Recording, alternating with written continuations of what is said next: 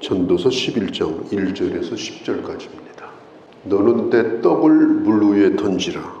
여러 날 후에 도로 찾으리라. 이 짧은 이 말씀은 이 세상 어디에도 없는 전도서 11장에만 나와 있는 아주 특별하고 아주 유일한 교훈의 말씀입니다. 또 이 말씀에 대한 해석도 여러 가지가 있어요. 예를 들면 바다에 불을 던지라는 말은 무역을 의미하는 것이다. 이 장사하는 것은 변수가 많으니까 나눠서 투자를 해서 안정된 그런 이익을 추구하라. 이렇게 해석을 하기도 합니다. 그러나 그것은 이 전도서 전체의 흐름으로 볼 때는 맞지 않는 해석입니다. 왜냐하면 전도자는 이미 돈을 많이 벌어본 사람입니다. 그는 왕이었습니다. 전도서 5장에 보면 그가 이미 뭐라고 얘기했는가 하면 내가 금도 은도 많이 가져봤지만 그런 것들이 나를 만족시키지 못했다. 거기에 족함이 없었다. 이런 걸 보면은 이제 전도서가 거의 마무리를 짓고 있는데 전도자가 안정된 데다 투자해라. 돈 많이 벌어라. 그런 교훈을 왜 하겠습니까?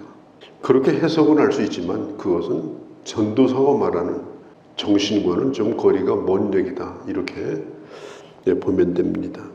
그러면 오늘 이 1절은 어떤 의미를 가지고 있을까? 내 떡을 물 위에 던지라. 여러 날 후에 도로 찾으리라. 우리가 살고 있는 인생은 넓은 바다에 배를 타고 항해하는 것과 같습니다. 아침에 배 타고 떠났다가 저녁에 돌아올는지도 장담 못합니다. 오늘 부는 바람이 나중에는 어디로 또 바람이 갑자기 바뀔지 그것도 모릅니다. 오늘 내가 씨를 뿌렸는데 그 씨가 날지 안 날지 그것도 모릅니다. 성경은 이렇게 얘기를 해요. 나무가 오래도록 그 땅에서 견디다가 오른쪽으로 쓰러지면 오른쪽에 그대로 있고 왼쪽으로 쓰러지면 3절에 왼쪽으로 그대로 있지 않느냐. 오늘 본문 1절, 2절, 3절 말씀을 보면 우리는 바다를 항해하는 인생인데 내일 일을 모른다는 거예요. 아무도 장담할 수 없다는 거예요. 그리고 결론은 고목나무가 쓰러지듯이 오른쪽으로 쓰러지든 왼쪽으로 쓰러지든 쓰러지면 그는 다시 일어날 수가 없다. 죽은 자가 어떻게 일어나겠느냐. 그렇게 말을 하고 있습니다. 그러면서 3절에 풍세를 살펴보는 자는 파종하지 못할 것이요. 이렇게 말해요. 날마다 날씨만 걱정합니다. 오늘 비 올 것 같아서, 오늘 씨를 뿌리면 바람 불어서 다 날아갈 것 같아서 날마다 날씨 걱정만 합니다. 날마다 일기예보만 봅니다. 자기 경험을 의지합니다. 예전에는 이맘쯤 되면은 비가 왔는데 이것저것 따지니까 씨를 뿌릴 날이 없어요. 꼭 뿌려야 되는 씨를 가지고 있는데 그 씨를 뿌리지 못하고 자루에 넣고 하늘만 쳐다보고 있는 것입니다. 그 씨를 뿌리는 것이 뭐냐? 바로 1절에 물 위에 식물을 던지는 겁니다. 우리는 일생을 항해를 하면서 하나님께서 우리에게 주신 것들이 있습니다. 그게 대표적으로 오늘 1절에서 떡이라고 얘기하는 거예요. 그게 시간이든 그게 재물이든 그게 아니면 재능이든 그 어떤 거든지 그것은 하나님이 내게 주신 떡입니다. 우리가 일생을 살면서 하나님이 내게 주신 그것들을 잘 간직하고 어디로 가든지 끝까지 그 손해 안 보고 가는 것이 우리 인생의 목적이 아니라는 거예요. 왜냐? 거기 가서 쓰러지면 그 떡은 내가 쓰러져서 썩는 순간에 같이 썩는다는 겁니다. 내가 쓰러져서 아무것도 할 수 없는 것처럼 내가 가지고 있는 것들은 그때는 내 소관이 아니고 내가 손댈 수 있는 것이 아니라는 거예요. 그렇기 때문에 우리가 항해를 하면서 이것을 물 위에 던지라. 풍덩하고 던지면 언제 던졌는가 싶도록 또 끝나고 말아요. 표시도 안 나요. 내가 힘써서 버는 거, 내가 힘써서 모은 거, 이런 것들을 물 위에다 던지는 건 이건 투자하고는 맞지 않아요. 이건 뭐가 생기는 투자가 아닙니다. 내가 살아있을 동안 그 물에서 뭐 건질 길도 없습니다.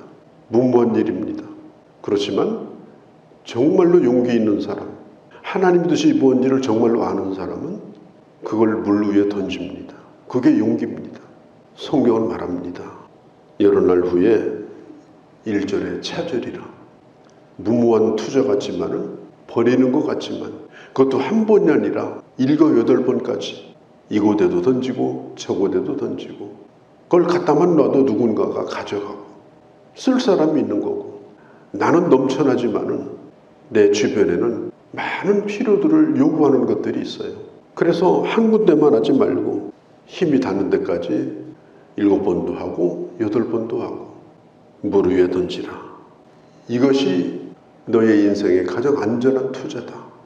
여러 날이 지나면 그때가 어느 때일지 몰라도 반드시 거둘 때가 올 것이다.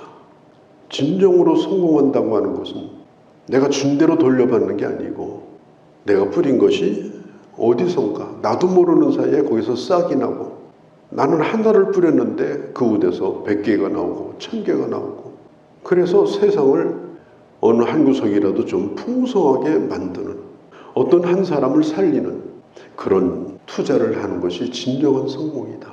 죽을 때까지 내 배 안에다가 그걸 싣고 가가지고 그걸 그래도 남는 장사는 자식한테 주는 거지 그걸 가지고 가서 자식한테 넘겨준다고 해서 그게 안전한 투자냐? 그게 그 자식을 살리느냐? 자식 하나도 구제하지 못합니다. 준 날로 끝나는 거예요. 고목나무 쓰러지듯이 쓰러지고 나니까 그걸 서로 가지려고 싸우고 서로 분쟁하고 얼마나 이게 기가 막힌 일입니까? 우리가 공공의 이익 그리고 하나님의 거룩한 나라 하나님의 일 이런 것들을 위해서 내가 드러나지 않게 다양한 투자 이 일도 투자하고 저 일도 투자하고 또 필요하다고 할 때 또 필요를 채워주고 이렇게 하면서 살아가는 사람이 진정한 부자요. 그런 사람이 진정한 성공자다. 오늘 그걸 전도자는 이렇게 지금 표현을 하고 있는 거예요. 돈놀이 하다가 떼어먹고 눈물을 흘리는 사람 많죠. 그건 투기를 한 거예요. 뭐 하다가 사기당해가지고 망했다는 소식도 듣죠. 처음에는 몇 달 이자 잘 주죠. 안정된 투자인 것처럼 가정을 하죠. 그러나 결국은 나중에 다 허무하게 끝나더라.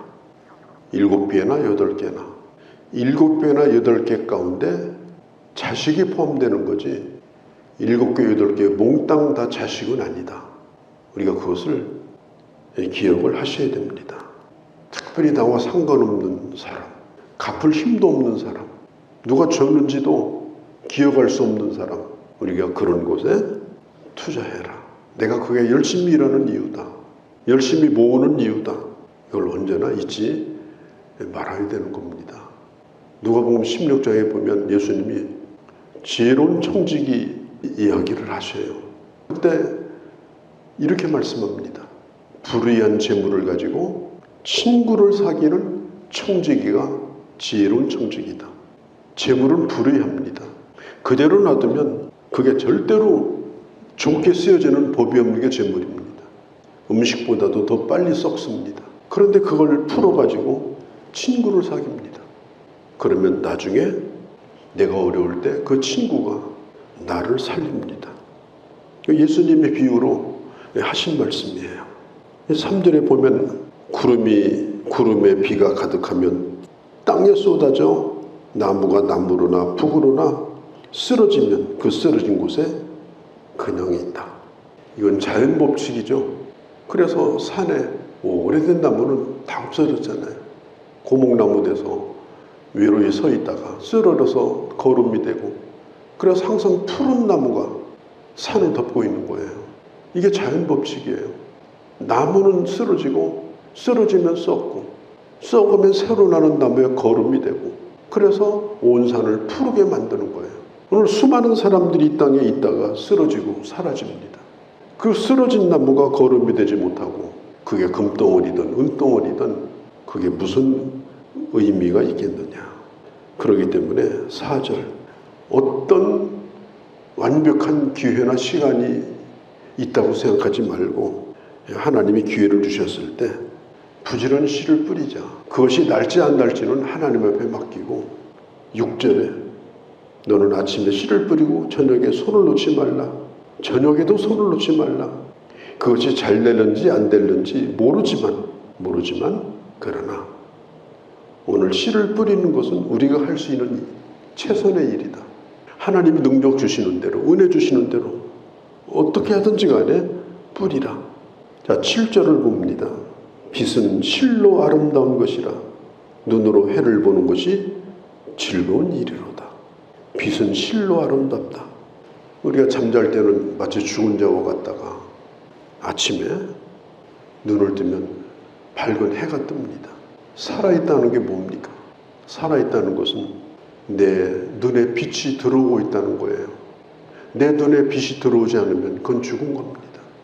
그래서 우리가 아침마다 빛이 들어올 때 그건 아름다운 것이다. 그건 감격스러운 것이다. 그건 참으로 향기로운 것이다. 아무리 세상이 어둡고 힘들어도 내가 오늘 내 눈으로 빛을 본다는 건 너무너무 감사하고 유쾌한 일이다. 그거 이상 더 큰 게 없다. 아무리 세상이 어두워도 내가 오늘 빛을 보잖아요. 그러기에 내가 살아있잖아요. 살아있는 것에 대한 감사, 살려주신 것에 대한 감사. 그러기 때문에 우리는 날마다 빛을 보는 날 동안, 살아있는 동안 즐겁게 해를 보는 것이 즐거운 일이로다. 짧은 세상이지만 누군가를 먹여 살리는 작은 거지만은 우리 인생의 바다에서 우리가 떡을 던지는 그런 인생. 그냥 마냥 즐기는 것이 아니고 9절에 보면 청년아 즐거워하라. 즐거워하라. 청년의 날에는 즐거워해야 된다. 그러나 그것이 도를 넘어서 그것이 길을 벗어나서 되어지는 일이라면 반드시 하나님의 심판은 있을 거다. 하나님이 주시는 법 안에서 즐거워하면서 사는 것, 그게 나 스스로도 만족한 거다. 하나님 안에서 사는 것이 내게 양식이다. 사람이 먹기 위해서 사는 거 아니고 하나님의 은혜로 만족하며 사는 것이 그게 제일 배부른 삶인 것입니다. 요한복음 4장에 보면 사마리아 여자가 남자가 5이 있었어요. 그런데 대낮에 물을 길러 갔습니다. 예수님의 그 여인과 대화하는 중에 이 여자는 물동이를 버려두고 그 안에 생수의 은혜를 맛보고 동네에 들어가서 예수님을 전했습니다. 제자들이 먹을 걸 구하러 동네에 갔다가 돌아왔어요. 그러니까 예수님이 이렇게 말씀했어요. 나는 이미 배가 부르다. 너희가 모르는 양식으로 나는 이미 배가 부르다. 요한복음 4장의 말씀이에요. 하나님이 기뻐하는 일을 내가 하면, 특별히 영혼 구원하는 일을 하면 내 스스로가 만족한 거예요. 그래서 안 먹어도 배고픈 줄을 모르고, 가난해도 가난한 줄 모르고, 힘들어도 힘든 줄 모르고. 그래서 예수님이 말씀한 것처럼 사람이 떡으로만 사는 것이 아니라 하나님의 말씀, 그 말씀을 순종함으로, 삶으로, 진정으로 배부른 것, 그걸 경험하는 것이 바로 이게 빛을 보는 자의 행복이고 배부른 겁니다. 우리는 인생의 항해를 하고 있는데 뿌리고 또 뿌리고, 그리고 하나님이 기뻐하는 일을 하면서 우리가 하루하루를 정말 기쁘고 만족하게, 그리고 하나님 앞에 갔을 때는 더 큰 놀라운 상급과 은혜로 보상을 받을 수 있는 그런, 우리가 하루하루를 살아가는 지혜로운 그런 주의 사람들이 되어야 할 줄로 믿습니다. 거룩하신 우리 아버지, 오늘 저희가 매우 중요한 말씀을 들었습니다. 너는 내 떡을 물 위에 던지라. 여러 날 후에 찾으라. 너는 바람이 불든 비가 오든 씨를 뿌리라. 때가 되면 반드시 거둘 것이다. 썩은 고목나무처럼 쓰러져서 일어나지 못할 때가 오기 전에 내 눈으로 빛을 보는 때를 날마다 기뻐하고 감사하고 즐거워하며 하나님이 주시는 대로 하나님이 기뻐하는 삶을, 하나님의 은혜로 배부른 삶을, 만족한 삶을 살아가는 그런 저희가 되게 하여 주시옵소서. 예수님의 이름으로 기도하옵나이다. 아멘.